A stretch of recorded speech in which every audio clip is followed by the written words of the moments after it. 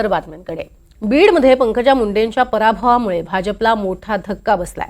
पण पंकजा मुंडेंच्या पराभवाची नेमकी कारणं काय आहेत पाहूया या रिपोर्टमधून।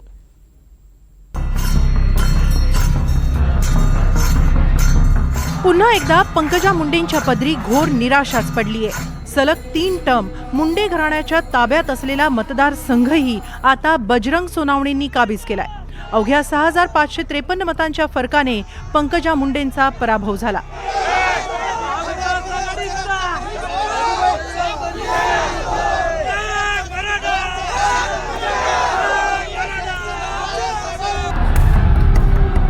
मोदी, शहा, फडणवीसांच्या सभाही पंकजा मुंडेंना एकहाती विजय मिळवून देण्यात अपयशी ठरले आहेत।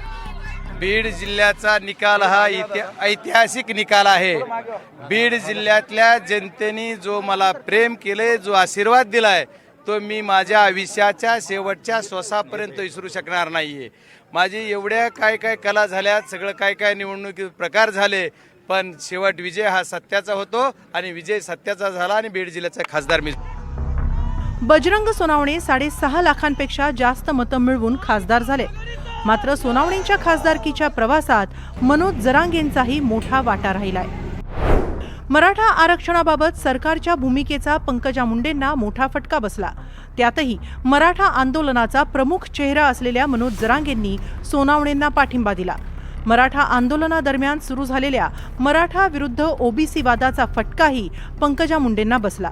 बीड जिल्ह्यात मराठा मतांचा टक्का जास्त आहे। मराठा आणि ओबीसी मतं विभागली गेल्यामुळे बजरंग सोनावणेंना झुकतं माप मिळालं। माझ्या मायबाप गोरगरीब मराठ्यांचा फॅक्टर आहे 100%। कारण किंमत नव्हती हो, कचऱ्यासारखी किंमत द्यायची दुसऱ्याला। म्हणजे ज्यांना मोठं गोरगरिबांनी केलं त्यांना कचऱ्यासारखी किंमत द्यायची। माझ्या गोरगरिबाला शेतीत राबायचं, कष्ट करायचे, किंमतच द्यायची नाही तरी यांच्याच मागं राहायचं। ते समाजाने झोकून दिलं सगळं आता, की लेकराच्या बाजून राहायचं, लेकरं मोठे करायचे आपले स्वतःचे, आणि ते करून दाखवलं। मताची भीती नव्हती मराठ्याच्या। कोणची निवडणूक आली त्यांचं मतदान गरजेचं आहे असं म्हणायचं, त्यांचं मतदान गरजेचं। अरे मग आम्ही काय कामाला आहेत, तुमच्या कामाला ठेवलं काय आम्हाला मराठ्याला?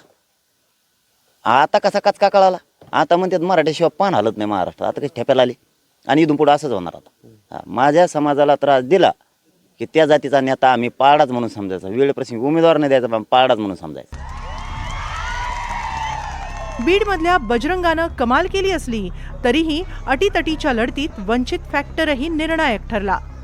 बजरंग सोनावणेंना 6,83,950 मतं मिळाली, तर पंकजा मुंडेंना 6,77,397 मतं मिळाली। मात्र वंचितच्या अशोक हिंगे यांनी 50,867 मतं मिळवली आहेत। 2019च्या विधानसभा निवडणुकीत पंकजा मुंडेंचा पराभव झाला। त्यानंतर पंकजा मुंडेंच्या राजकीय भवितव्याबाबत अनेक तर्कवितर्क लावले गेले। विधान परिषदेची निवडणूक असो किंवा राज्यसभेची, पंकजा मुंडेंचं नाव प्रत्येक निवडणुकीत चर्चेत राहिलं। अनेकदा फडणवीस आणि पंकजा मुंडेंमधल्या राजकीय वादाचीही राळ उठली। त्यामुळे पंकजा मुंडेंची पुढची राजकीय वाटचाल कशी असेल हे पाहणं आता महत्त्वाचं ठरेल। Bureau report, NDTV Marathi, Beed.